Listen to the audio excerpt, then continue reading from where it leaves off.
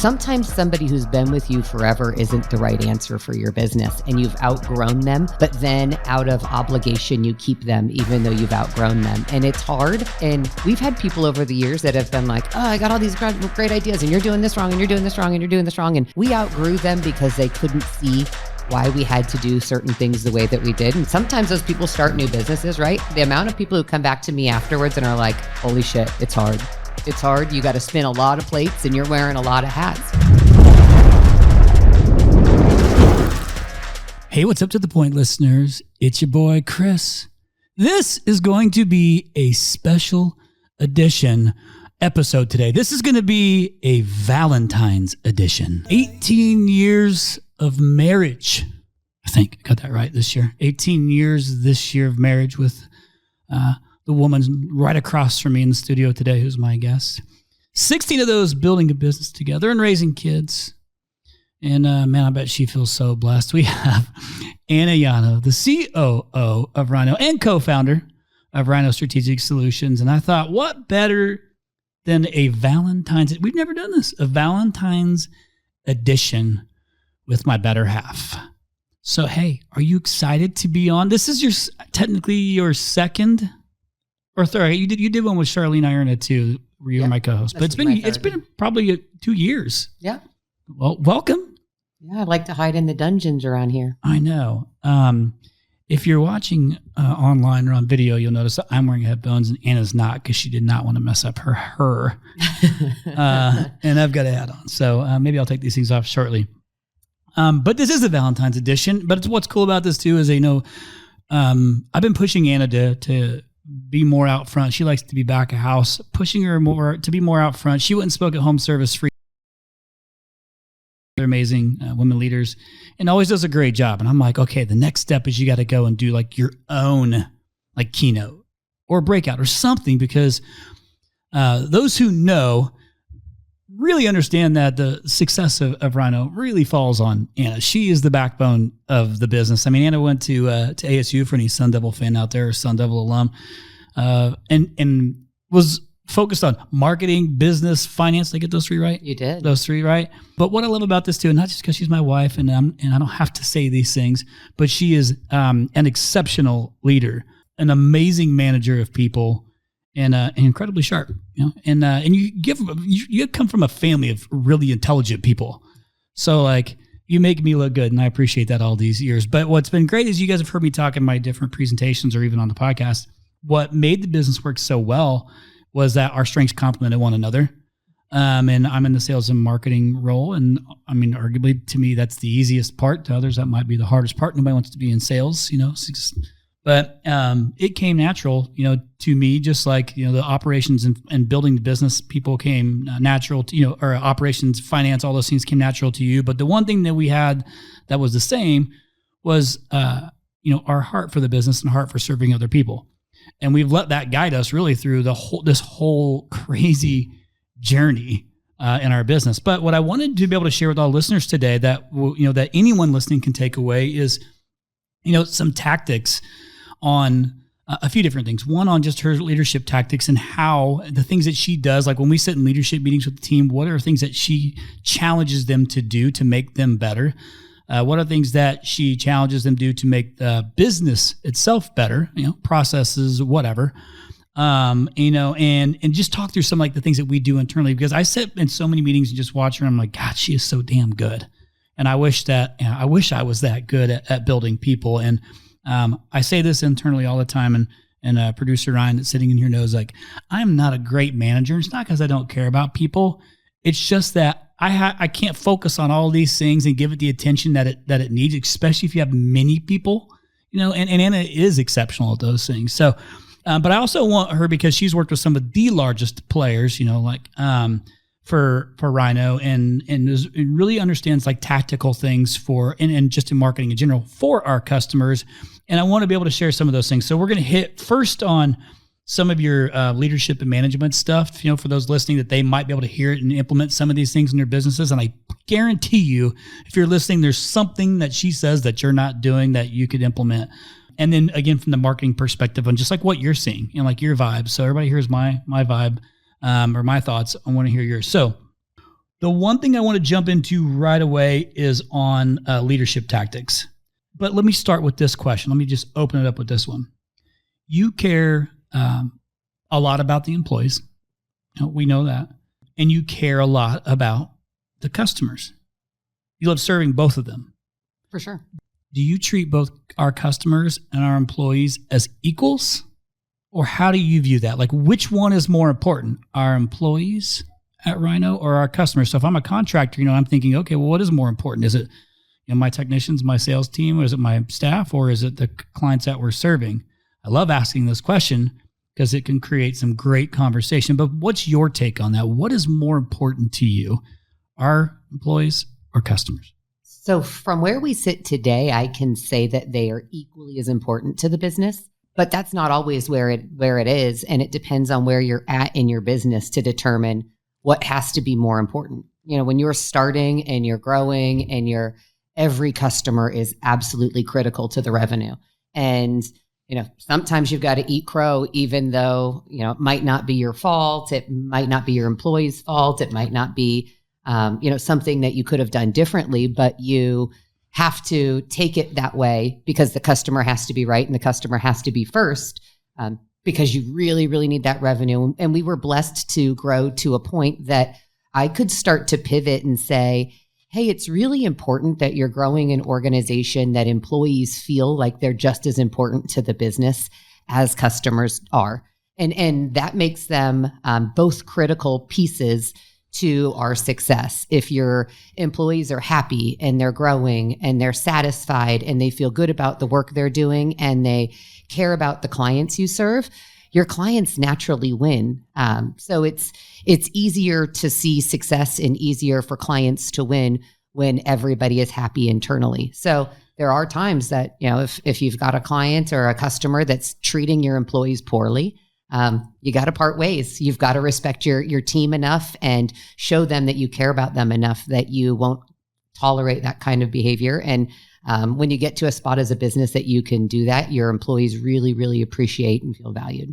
Yeah. I mean, we talk plenty about the right customer, having the right person who fits like our MO, like who likes to be aggressive, like holds themselves accountable too. Just like we're holding our teams accountable. But I know one of our core values at RYNO being education is we always try to make our employees as best as they possibly can be by giving them education budgets, doing ongoing training, doing our RYNO U's to make everyone smarter to be better for not only just themselves as human beings, but for our customers, right? So in that sense, it's kind of like, well, do we put more into our employees to make them as best as we possibly can so that they can help our contractors be as best as they possibly can? And it's like this cool little cycle of like, it reduces, it lets the customers know, hey, we're excelling at a high rate, or we're doing a great job for you, or we're so confident to share the exact number of new customers we're bringing in and all the little details that we've done forever, because we're confident in what we pump into our staff and our education to be the best in class. So you still think today that it's 50-50? Because that to me sounds like, like the safe answer. No, it's 50-50. I think, this is a safe space. Nobody's listening. Just 40,000 for closest friends. I think it really it varies on the situation. And I do think it's a challenge to say one is a priority over the other. I hold clients dear and I hold employees dear. The employees are so special to me and so important to me. And their growth as people, professionally and personally, is really important to me personally, not even professionally. So seeing them learn and grow, it's kind of like watching your kids learn and grow, and that you're proud of them and you're excited for them. So seeing them develop and learn new skills and get really, really sharp and do really cool things for our customers is exciting for me. So from a leadership capacity, I get to pour into them, which ultimately pours into customers. So maybe it is that I do spend probably the majority of my time focused on employee development, leadership development, and employee satisfaction, because I know that the rollover effect is going to impact our clients. So it's an indirect way of supporting clients through the employees. Perfect. Okay. So I want to get into some of your actual tactics. Okay. Because, I've sat in on plenty of leadership meetings with you, with our leadership team or executive meetings. And you do, one thing that's important to you is, and I can't remember who I was just having this conversation with. But we were talking about, it was Peterman. And it was, he puts out like a Monday morning email he sends out to his entire team. I don't know how many, 700-800 of his employees, around him being bummed the last like 2-3 days. You're going to see him, today and, later on today in Cabo, you have to ask him about this. It was really, really good. You'll be impressed. But he was so focused. I mean, this is $100+ million HVAC plumbing company. And he had a few days where they weren't hitting the mark on his expectations. They're still growing, but weren't hitting the mark. And he's like bummed and like pouting and dragging his, feet and his, and then, but a commitment they had made for 2024 was for all the teams to share the things that have done right, that has been going good in their teams. And so he came in after like 3 days of moping, and there's a folder on his desk, and he was able to go through all the different departments and all the successes that they have, which then lifted him back up. So he was reminded, he's got to get in the habit too of catching people doing things right, and having success. And I know that's important to you. That's important to you too, is catching people doing things right, not so much focusing on the things that they do wrong. Not that you don't need to to focus and put some attention to those things, but catching them doing right. Explain yourself. Explain yourself by catching them doing it right. Well, I mean, it's important, right? Like people all want to feel good, and people all want to feel good about the work that they're doing. And so I do think it's important when you see somebody's doing something right, they're excelling, they're developing, they're growing, they handled a call really well. They, uncovered something that they were, really working on and you're struggling to figure out, and they got there. I think it's important to give them those pats on the back. And we do that a lot of different ways. We've got a fist bump channel that all day employees are fist bumping each other to allow them to catch each other. But I think as leaders, it's super important that you're watching and mindful of catching not just the challenges or the opportunities to improve, but also finding even the smallest things to say, hey, like you knocked that out of the park. Great job. Like you did a really good job on that. Yeah, and we give also we're RYNOs and things like that, but you don't have to give like awards to people to show those things. There's also other little things too, like not being afraid to push back on them and challenge them to think about things differently from a different lens. And then something else that's important to you, and you and I have these conversations even in like our relationship. But it's how you say something, right? Anna's very passionate when she wants to get her point across. And I need to hear it differently, right? Because all I hear is her coming at me like hard. And I'm like, hey, it's in the tone. Like what you're saying isn't off, but the way that you say it to me is really not going to work. And it's Isn't this a Valentine's Day special? Hey, listen, I'm pushing back on you. I'm giving you some feedback. But where the point I was getting at is how you deliver it. Like they may have said the right thing, but how you deliver it matters, right? How you say something matters. You could say the exact same thing a couple different ways and it could feel two different ways, right? For sure. So maybe talk about like how, like in our meetings or because you might not call it out in the moment, but then you'll go back and pull them and say, hey, this, and then turn it into a win, but maybe you're doing it privately. So you're not calling them out. Yeah, for sure. I really try to be careful around if somebody's giving wrong information or they, maybe delivered something incorrectly, to not say, hey, let me correct that, so I really try to have clever ways of spinning it into, hey, let me elaborate more on that. And then I'll land the plane differently or land it in the way that I had planned on it going instead of the way that it went. But I consistently say to our leadership team, it's not the message that you deliver, it's how you deliver the message. They've heard me say it a million times. You can tell somebody to eat shit eloquently. and not employees and not clients. Excuse me, if you could eat shit. So you can, and it really is just figuring out how to choose the right words and how to use your right tone so that you are positioning it in a way that it doesn't feel like you're saying that. So I'm always giving the team advice on practice it out loud. We so often practice things in our head and we're going to say this and we're going to do that and I'm going to do this, but we never actually practice it out loud. And the first time you get the words out of your mouth is the hardest. So if you've said it out loud once or twice and it feels stupid in the mirror, it really does allow you to get the words right and figure out what feels good and what feels authentic and what doesn't. Because if you're coming at it with frustration or anger or, any real emotion, it can jack up your message. So you've got to be really careful in the delivery because you can easily make something that's a really difficult message to understand good news, like an opportunity for them. They're growing from it. So it is how you spin that message. I'm also a really big fan of question-based leadership.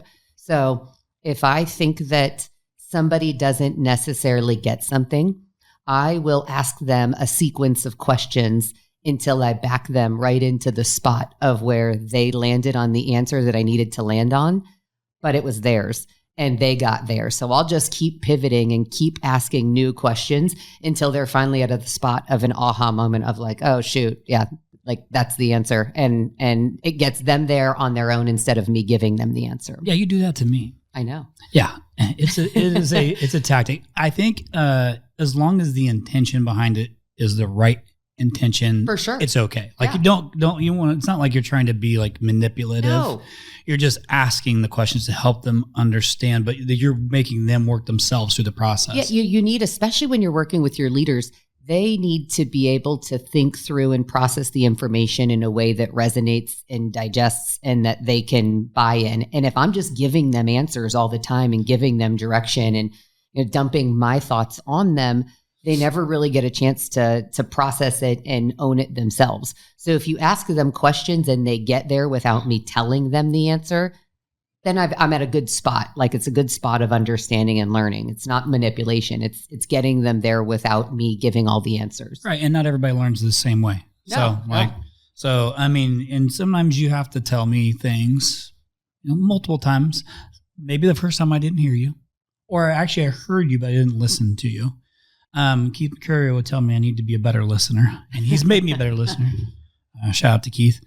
But I think another thing that you do really well is, when you have, you're leading any meeting, any group of people, and you have to share any particular news, whether it be like if it's performance related, if it's whatever, as a team talking, collectively. You probably have an idea of who might be the one or two folks in that room that could like suck the life out of it because they're not going to take it well.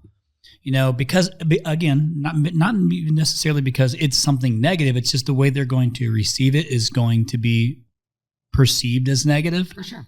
So explain, to the listeners what you do in that situation when you're going to have that negative Nancy that's in the room because they're not going to really understand what you're saying. So what do you do? So change is hard for everybody, right? Like change is one of those things that we want change and then it happens and it's a to-do. So like example would be, I just bought this new house and it's so great. And then we all bitch and moan about moving.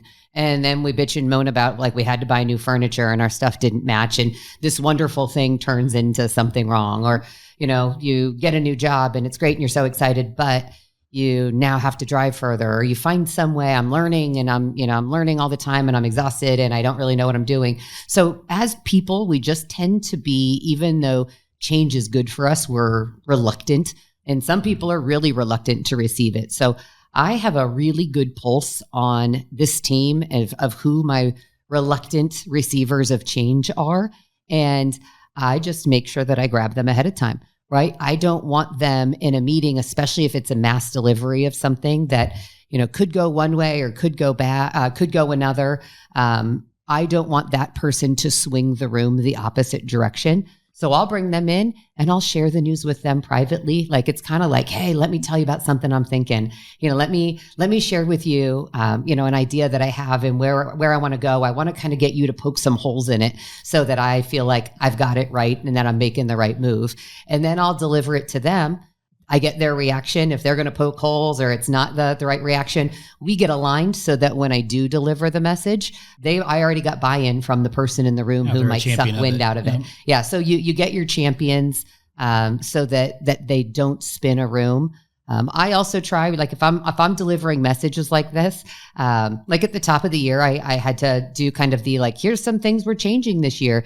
And I will give my meeting deliverables color codes. And I will say they're red, yellows, and greens. And my reds are things like, the team might not love this. It's not like awesome news to deliver, but like not all businesses are always delivering awesome news. Sometimes there are changes that people don't love. My yellows are like things you need to know, but they might be flat. Some people might care, some people might not care. And my greens are things that are, these are going to be good things. And these are things that people are going to be super happy about or exciting changes. And then I map my delivery on each of those things in an order that makes sense so that I'm kind of sandwiching maybe my things they're not going to love. I'm starting with a green, and then I might roll into a yellow, and then I might hit 2 reds and go back into a yellow and then end on all my greens. So there's some strategy around how you're delivering messages, the words that you're using, and getting people that you think might be a challenge aligned ahead of time so that they're there to be your champion and your cheerleader instead of to suck the wind out of it. Love it. So that's a great tactic. I'm glad you don't pull me in beforehand, so that way I know where I fall, like in that, in your color code. I want to pivot just for a second before I move on to anything marketing related. And one thing that a few things that you had shared on stage at Home Service Freedom that got a lot of people reaching out to you and stopping you afterwards was around one. Your the RYNO right, wrong, missing, confusing tactic. Yep. Which I'm excited to use this weekend. It's the first time I've used it into a presentation. And then the other one was around the Like a Boss mentorship, because you're actively mentoring people right now who do not work for this company, right? And I think one's a customer of ours. But maybe just explain real quick what are some of the key things that you're focusing on, or maybe the things that you're getting asked from the contractors that are asking you for a mentorship. But maybe what are some of the key things that I'm not asking you to share things publicly, like I don't know how all that stuff works, but I'm just saying like there's probably some similarities that you're seeing in or at least the things that you focus on in your Like a Boss mentorship. So when I talk about Anna being an amazing manager of people and builder of people, this is what I'm talking about. It's like people can go into this because they're wanting to learn from you because you've proven over and over and over and over you know how to build great managers and great leaders. So what are some of the things in the Like a Boss mentorship that you're doing, or what are you hearing from those that you are mentoring? Well, so I'll tackle those two differently because right, wrong, missing, confusing is a little different. Oh yeah, I'm starting with this, and then we're going to finish on right, wrong, missing, confusing. So on mentoring and training, you really need to customize that to the people that you're working with. Even the leaders that report to me here at RYNO, I lead each of them differently, and the way that they need to be led. Some need to be led by really direct and kind of, challenging type of conversations to get them to think differently. Some are very loving, relationships. So it's different on how you lead each person. So you have to be able to tailor your leadership style to the individual person that you're working with and what resonates with them. When you are mentoring, like a Boss was a fun theme that we had last year. And it is that you need people to think larger than what their line of vision is within the organization. And I was recently just explaining this to, we had a team member that promoted higher up within the organization. And, if you think of your organization as a mountain, this is kind of the visual that I'll paint, is if you think of your organization as a mountain, you've got most of your entry-level people at the base of the mountain, and they're an important part of the foundation of the mountain, and they're the largest part of the mountain, but their visibility from where they stand on the mountain is very restricted to how far they can see because they're so low on the mountain. As you go up a level in your middle managers, They are a smaller part of the mountain. There's less of them, and their visibility is higher, but it's not as broad as if you were at the top. And it's also larger or greater than if you were at the bottom. And as you go up in the organization, you have to think larger, because when you do stand at the top, you've got full 360 visibility of everything, right? You can see it's lonely at the top. That saying is true, and it is lonely at the top, but you've got full 360 visibility of everything that's going on, and the ability to look out further and see broader. And so when you're training leaders, you've got to try to figure out a way for them to see higher than they can see at the level that they're at, by challenging them to think harder, think bigger, being involved in different types of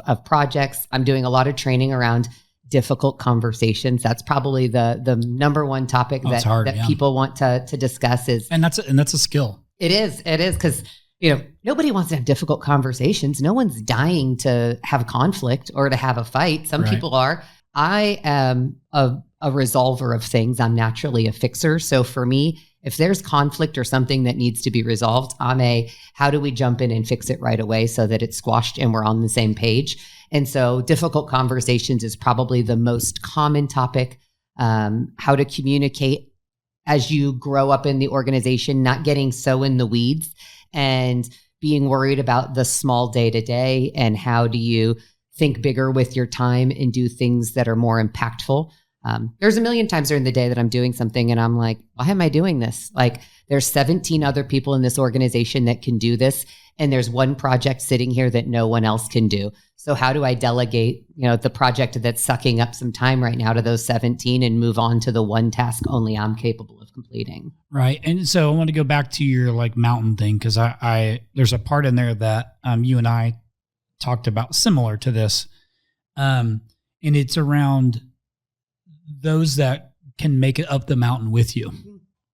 So you want to run with it? Yeah. So, and it's basically just and this is an analogy I listened to into a different podcast, and it just resonated with me so well within the company, and it applies to employees and friendships as you get successful. And it was, in essence, this theory of, as you're climbing this mountain of success, can you bring everybody with you? And the reality is that when you're starting at the base of the mountain, everybody's pumped and everybody's excited and they're all ready to get there. And you start going, and sometimes, people are starting to lose motivation, or they're getting tired. And, as the wind gets, or as the air gets thinner, they're starting to have a hard time breathing, or they didn't eat enough food and they don't have enough nutrition to keep going. And you keep going and you feel good. And then you have to make some decisions of, am I pulling this person with me, or am I leaving them behind? And that is a tricky one, because sometimes we drag people along with us that just can't make the climb. They're not capable.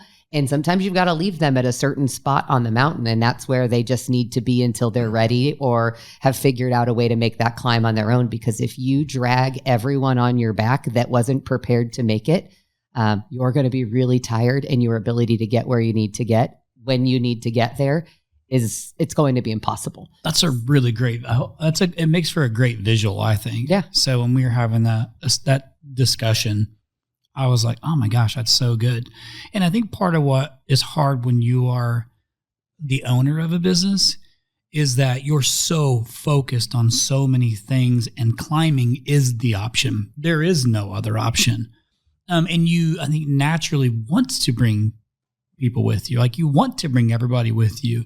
For sure. But you have to start to understand who might not want to come with you because of not because of they don't believe in whatever you're doing, but just because they're tapped out. It's hard. Yeah. It's hard to build these businesses. It isn't for everybody, and you do outgrow people, right? Like, change happens, and especially people that have been with you. The amount of businesses I see that people are like, oh, they've been with me forever. They've been with me forever. Like, sometimes somebody who's been with you forever isn't the right answer for your business, and you've outgrown them, but then out of obligation, you keep them even though you've outgrown them. And it's hard.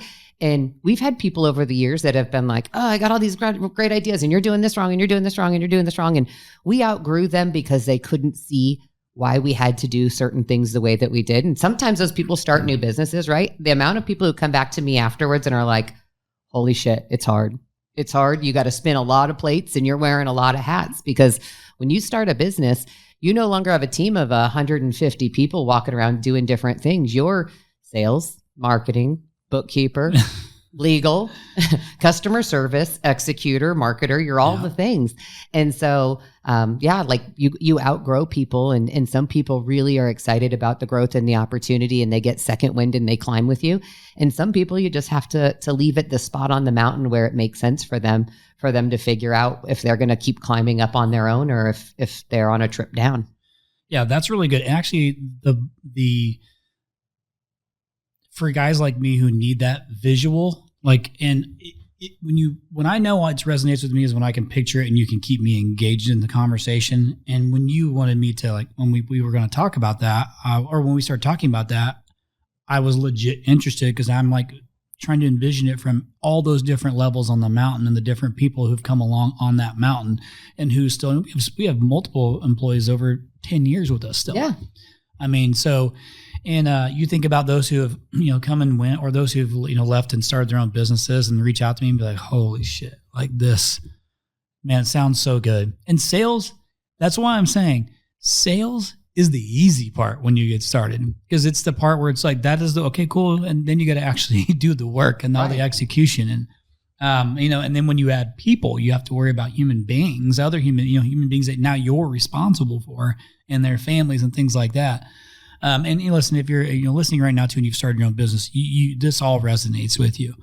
And what I think is interesting is us going from just Anna and I up to, however many, 150, 60, 80, or 80 RYNOs, including all of our call listing reporting team, however that number, where are we at? Somewhere in that number. I know we're sub 200. Yeah, we're just under 200. But that's everybody. A lot. Point being is there's a lot of bodies, that make this thing function as well as it does.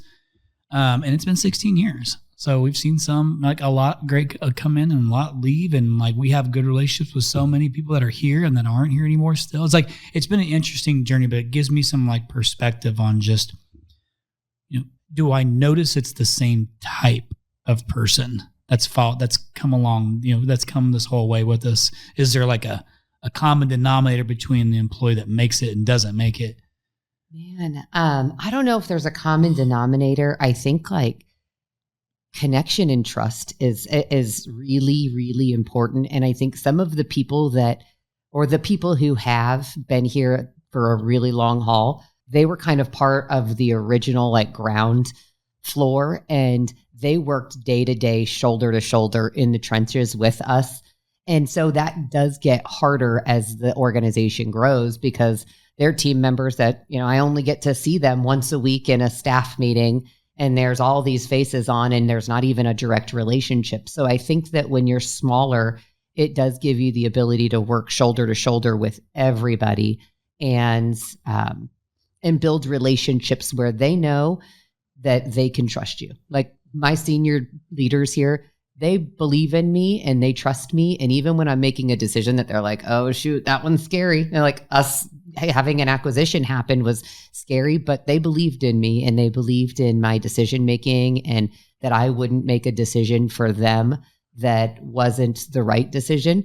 And I think as long as you are true to your word and that you have high integrity, like you'll get really good people who just want to stay for the ride, and they'll figure out, they'll like, have extra oxygen masks and extra food in their bags. And they're going to like do all the things to make sure that they can be part of it with you. Got it. Okay. I'm going to move on from it.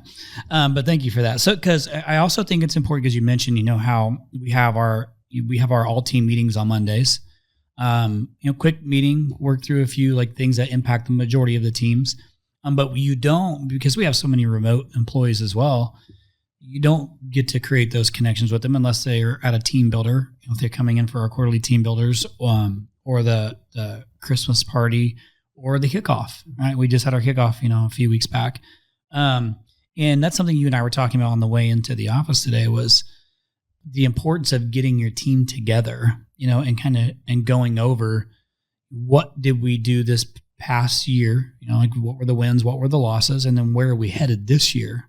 But doing that collectively as a team, because we did a podcast with Chris Hoffman a few weeks back too, where he's talking about how he builds his budget is from the bottom up, where he's basically working down to the technicians and what are you committed to? So they're creating their goals. He's got a goal in mind, but then he goes clear back to the bottom and they build it together. So that way there's accountability together. So that way they've made their own commitments to their department together. So we were talking though about bringing your whole team together and the importance of doing that. And just because we have a large team, don't hear me say only do this if you have a lot of employees. You can do it if you have a small group of people. We did it. We did it when we had 25 employees. Right. So, but talk about just the importance of, having an all team meeting where you're talking about wins, losses, and then where you're headed. Yeah. So at RYNO, we do a kickoff event. We do a kickoff at the top of the year in January, and then we do a mid-year kickoff in June.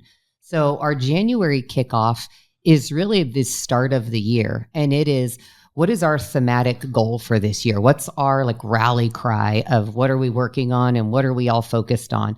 And so we go into that meeting. I think that when you spend that time together face to face, and especially all of your leaders get a chance to speak and share what's going on and what were the wins and what were the losses, it allows everybody to understand what they're doing here every day.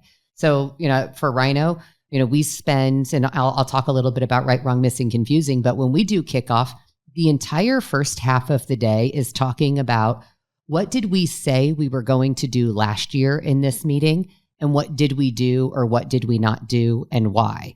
And so I do think it's important if you are going to set a goal and tell your team you're going to do something and you don't achieve that or do that, that you're responsible for discussing the why behind it. Don't ignore it. And you don't ignore it. And that doesn't mean, right, businesses need to pivot and they need to change. And there's times when I have to stand up there and say, we didn't hit this because the business changed and 14 other priorities popped up that I knew were more important, and I prioritized those. But sometimes it is just missed the boat, didn't plan it well enough. I thought I was going to get it done and I didn't. Sometimes I'm over ambitious on the things I think I can get done in a year, and I want to do all of the things and I just can't get them done. But so the first half of the day is really, what did we say we were going to do and what happened? And then the back half. Hang on a second before you go to the back half of the day. And one of the messages this year in particular, we had more misses that we had to be accountable for. Yeah, we have more misses than we've ever had. But for you contractors, think about what your 2023 was. Right? How much change happened for you? How difficult was that market for you? Well, can you imagine having to deal with that across hundreds of contractors? Well, that's what RYNO has to do. We had to pivot on some things too, to make sure that, hey, maybe what we had planned, we don't know what the market's going to look like. We had an idea, but we have to pivot and make changes too, but you still got to own it, because once you don't own it, and you might think people forgot about it, I promise you there's some that didn't, and then they want to talk about it. You can't sweep it under the rug. You just got to own your shit, and then you move on, and people respect that. For sure. I think people will respect, we're humans. And I always just try to say hey guys, I'm doing the best I can. There's not a day that I wake up and I'm like, man, can't wait to fuck shit up at the office today. Yeah, I'm gonna suck today. Yeah, I want to ruin people's lives that work here, and I really want to make it difficult. No, every decision I make, I'm taking all the information I have and trying to figure out what do I think is the right move with the information that I have in this situation, and I make decisions. I'm not afraid to make decisions, and I'm not afraid to fail. And I know very, very quickly when I made a decision, was it the wrong decision and how to pivot and be accountable for it? Or no, it was the right decision and move on because it was the right decision and I benefit from it. So I do think that there's value in just making the decision and owning it. Totally agree. And this right, wrong, missing, confusing, I'm going to take you into next, allows us to have these candid conversations and to build out these goals together as a team, because everyone gets to participate in this. And I'll let you explain how we go about it. Maybe just share how we do it, them versus us, and then how it comes together to make up the things that we also cover in our kickoff, our annual kickoff meeting. Yep. So the back half of the day at kickoff is, what are our plans for this year? So laying out again, what are we doing? And so the way that we get to that is we do an exercise at the end of the prior year called Right, Wrong, Missing, Confusing. It's an anonymous survey that everybody in the company participates in. And it's very, very simple. What are the things we're doing right? What are the things we're doing wrong? What is missing from our organization? And what is confusing about our organization? And so they fill out this little survey.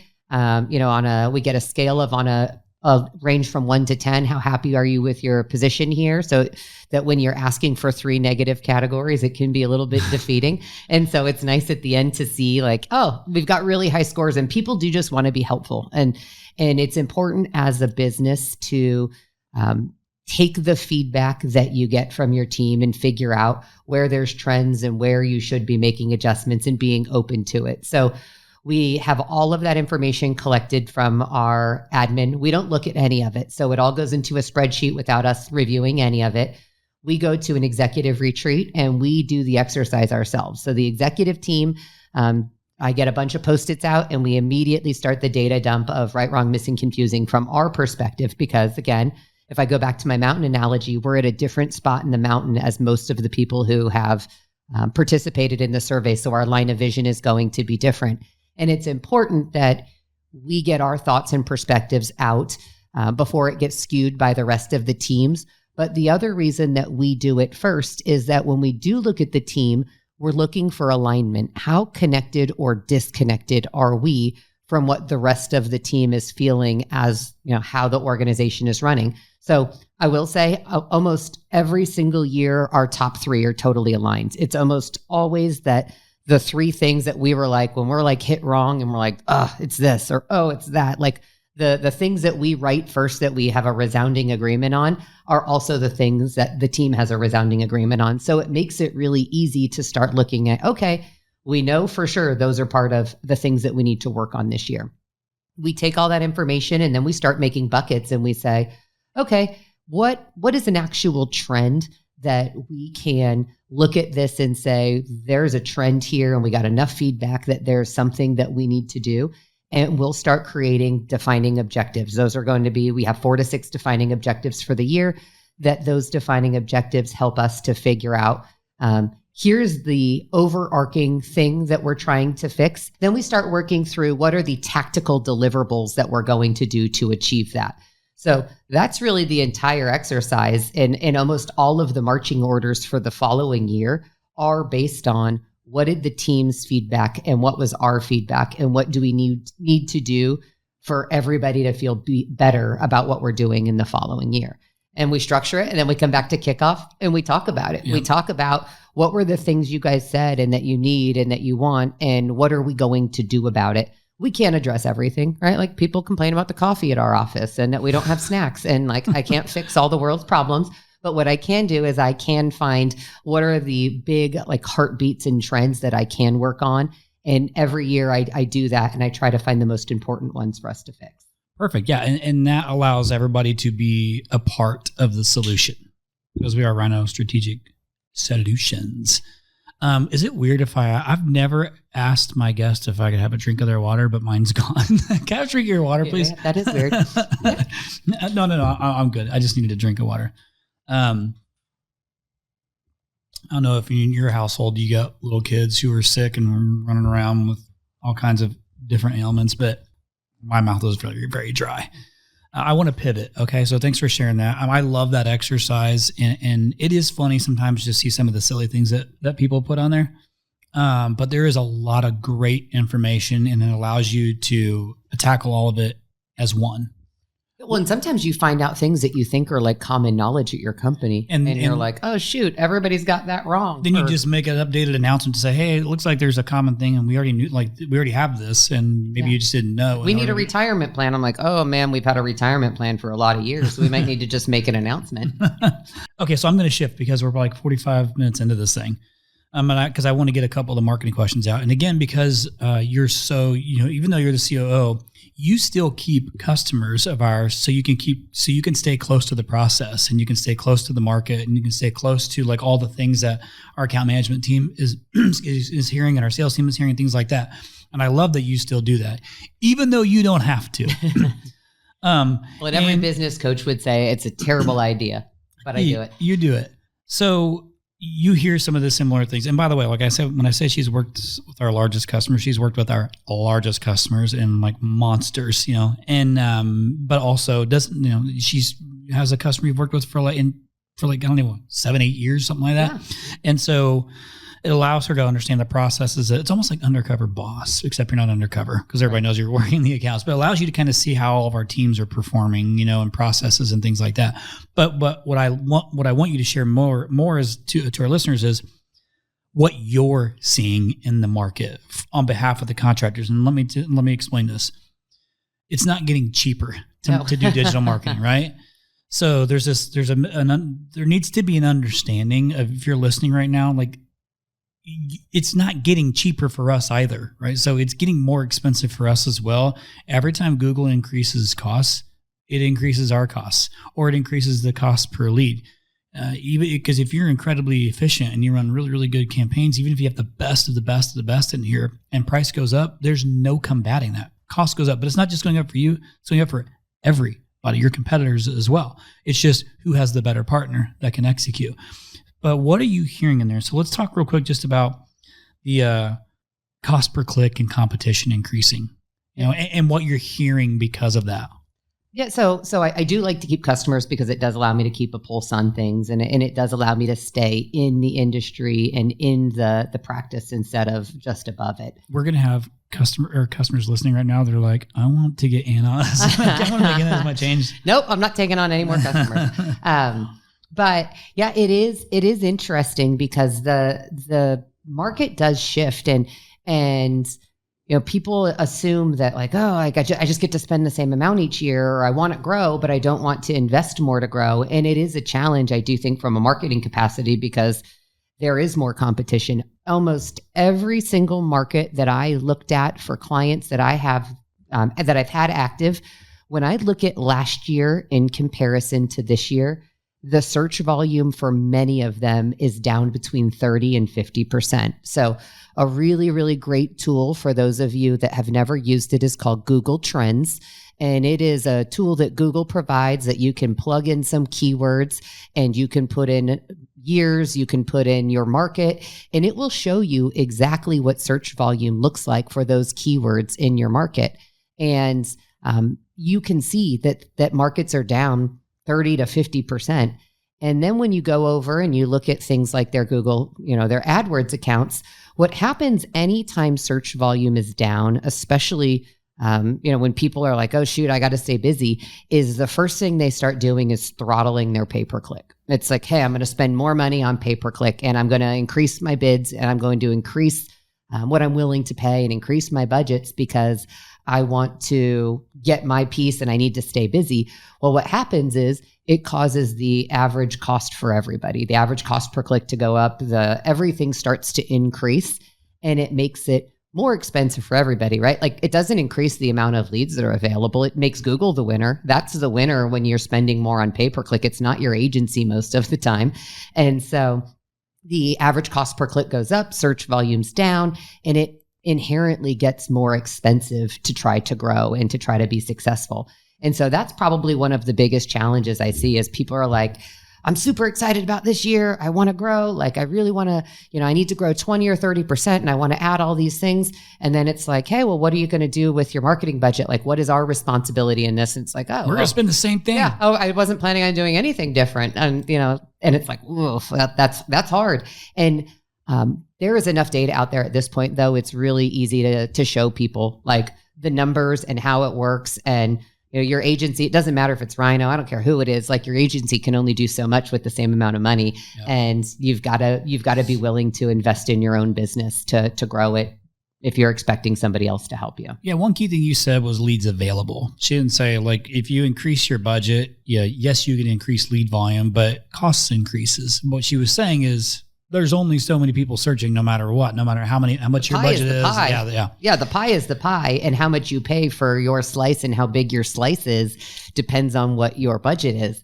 So, but the size of the pie doesn't change. Right. And then the thing you want to be super focused on too, and this is something I've been on like the last couple of months is, we've always wanted the contractors. This is one thing that set us apart forever and sometimes bit us in the ass forever is that we report so far in depth of net new customers. We want to know, what did we spend? What's the cost per lead for a net new customer for a contractor?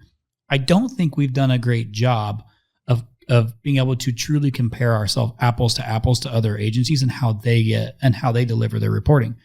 Meaning, because we're so hyper focused on new business, if somebody calls 1 month and it's I'll call you back, and we know how that goes when the customer says they're going to call them back, the homeowner says I'll call you back.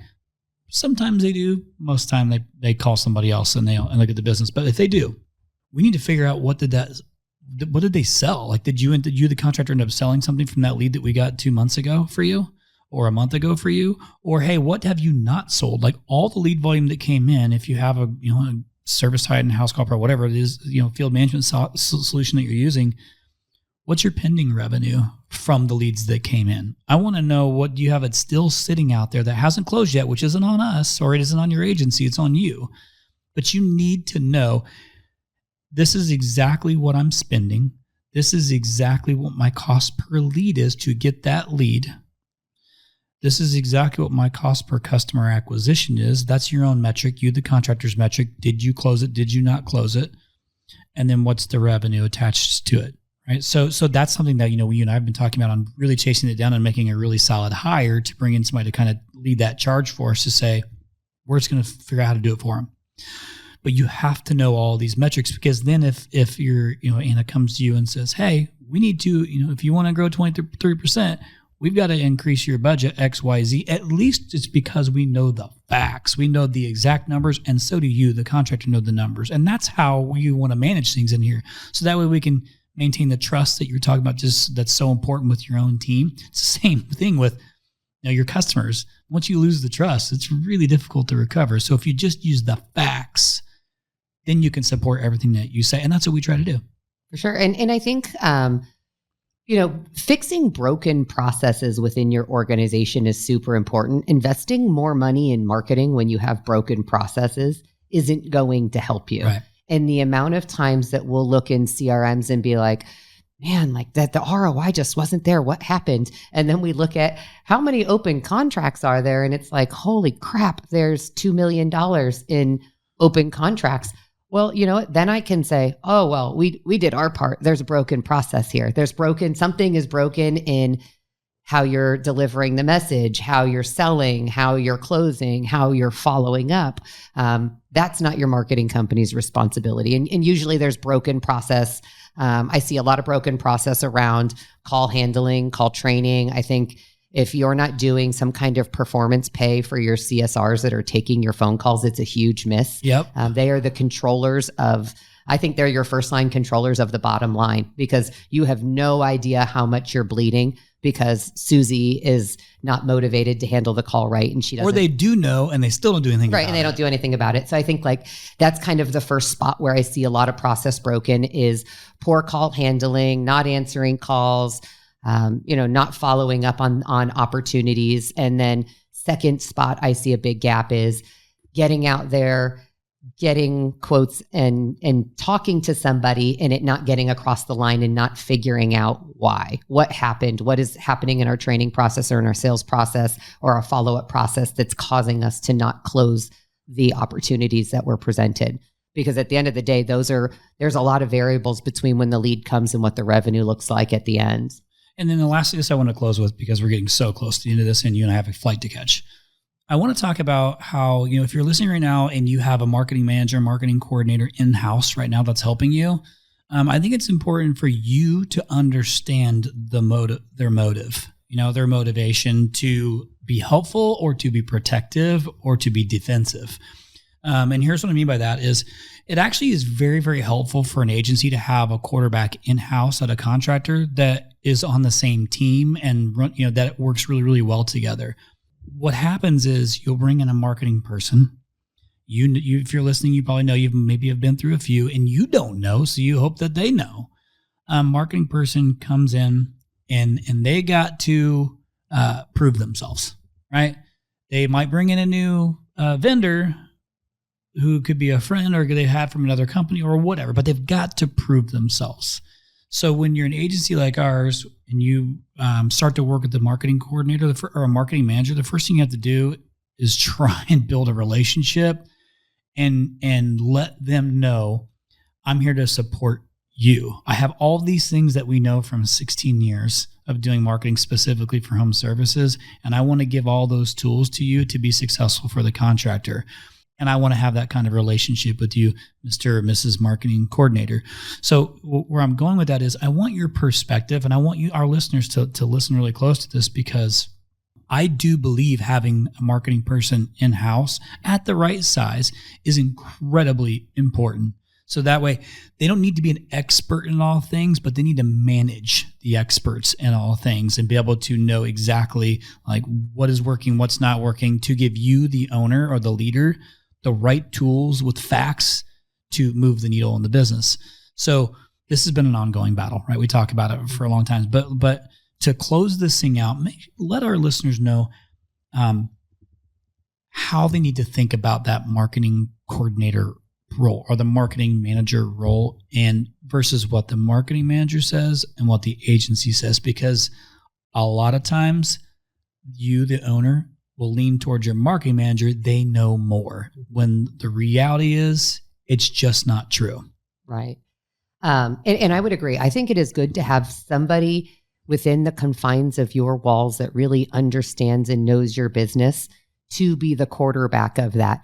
It is really hard, though, to be an expert in all practices of marketing. And you know, that is a challenge. Like, you can know conceptually about pay per click and about SEO and about brand and about, you know, how direct mail works and all of those things. But for you to really be an expert at all of them is incredibly difficult. And yeah, it's true. Like most of the time, somebody brings in a new marketing manager. There's been turnover in that position. They bring somebody in, and that person is trying to prove their worth and prove their value by blowing up everything you've have in place and say, oh, well, here's how I'm going to prove to you that I'm worth a lot. And I'm going to, you know, find all of the holes. And the reality is, a professional marketer can always find holes in everything. I've never not looked at a campaign and not found a hole in every single one. Ours, other people's, like you can always find one, because they're subjective and there's different strategies, and the point of time that a campaign is at and what the direction you were given could all vary from what the person analyzing it is saying. So having a person in-house who can quarterback all of that and knows all of the things and manage the metrics and work with your experts is important. But I also think it's important to leave things to your experts and to have diversified marketing. And we talked a little bit about this, like RYNO only does digital marketing. I am not a brand expert, right? I know what our brand is, and I know how having a great brand has impacted our business, but I am not a brand expert. There's great brand experts out there. You should have one. There is a space for all different types of marketing. Yeah, traditional marketing. There's a space for still having billboards and running TV ads and running radio spots and doing direct mail. And there's a space for all of those things that build your brand differently. And having somebody within your walls that can try different things and test it and see what's working and what's not and how they interact with each other to build success and grow your brand is important. Yeah, and bringing it all of that in-house is such a risky move. It's so expensive. I mean, like, I know that people would say like, oh, I can do it all. I know SEO and I know pay-per-click and I can work on websites. The volume of work that absolutely needs to be done consistently and manage other marketing things. It's hard. It's hard. I mean, it's really hard. You can save money doing it that way for sure, because when you start looking at your marketing expense and the annual salary of that person, you can save money. But the volume of work that one person can contribute versus 150 is very different. Yeah, and I think you might save money on expenses, but you lose money on growth and sales. Yeah, for sure. So, and then the flip side of that would be not putting all your eggs in one basket with one company, right? Like, there's some agencies out there, and we've had the opportunity to do an acquisition with a company that also did traditional, and we decided to stay in our lane and just stay in the digital space. And could that happen down the road? I don't know. It depends. It depends on whatever service wants to do with it. But putting all of those eggs in one basket is a very risky move. Like to say, hey, I'm going to go with this one agency who does my digital, does my billboards, does my TV, does my radio. You better pray that it doesn't fail, because you're all in on one option there. Not saying digital. I'm talking like digital and traditional, some of those things. For sure. Yeah. I mean, when you tether yourself to one person or to one agency, it restricts, potentially what you could be doing. It restricts, sometimes it can restrict you to that person. Some companies, keep those things when you're done with them, and you can't take them with you. You can't take the artwork. You can't take the content. You can't take the collateral. And so that can be a challenge as well. I'm a big fan of getting people who are experts in different things. I'll use this story. I do not let the same person dye my hair that cuts my hair.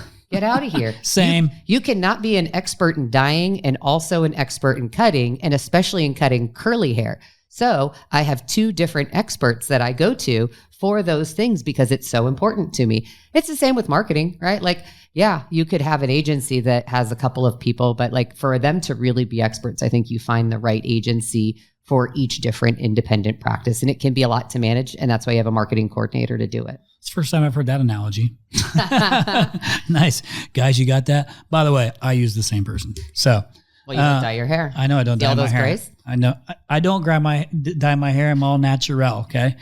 Well, listen, this was a really great episode. I was into the answers. I was listening. I was paying attention to you. We're like over an hour into this thing. You kept my interest the entire time, and hopefully to the listeners too as well. You shared a lot of really great things in there too, and I could tell when you're on one because I gave Ryan a look and said, "Hey, make a note of that one." But you share a lot of good stuff on your management style, the leadership, some of the tactics that you're using with different leaders on how to get them to the right answer or to their answer. You talk about your color code that you use. We talked about how we do right, wrong, missing, confusing, and how that brings everybody with it and going through that process. So if you implement that in your business, I promise you'll get better. It's not easy, but you'll get better. You might get your feelings hurt though, just so you're prepared to get your feelings hurt a little bit when you do it the first time. Yeah, it can, but listen, it's not always easy, right? You have to go through the hard stuff, to get to the good stuff too. Yeah. Sometimes, it's like what makes diamonds. Pressure makes diamonds. Mm-hmm. And certainly this puts pressure on you to make changes. And sometimes, it's just funny. There's some funny things in there, but it makes it for a great business and allows you to let everybody come along with you and be a part of the solution. So appreciate you giving me your time and being on and letting us squeeze this in. I know this isn't typically your thing. I hope it does become more of your thing. I bet you more of our listeners would like to hear from you. And we definitely got to get you on stage doing a keynote. I tried to talk her into speaking at RYNO X. She won't do it. So maybe you will with me tomorrow when I'm presenting down in Cabo. Maybe I can pull you in. But the last thing I'll say is to all the listeners, especially you fellas out there, it's almost Valentine's Day. So use this as a reminder to make sure you go get something for your significant others. Same with you ladies. I don't want to call anything out there, but I know how I am, and I need to take my own advice. But appreciate you coming on and giving us the time, Yano. Yes, thank you for having me. Super excited for 2024. Always cool to be able to do this stuff with my wife, my partner in this business too, and just to watch what we've built together and to see, be able to just see all the progress and to see what it looks like from the top of the mountain. So she gave you lots of little tips and tricks that she uses. You don't got to do everything, but you got to do something. No 0 days.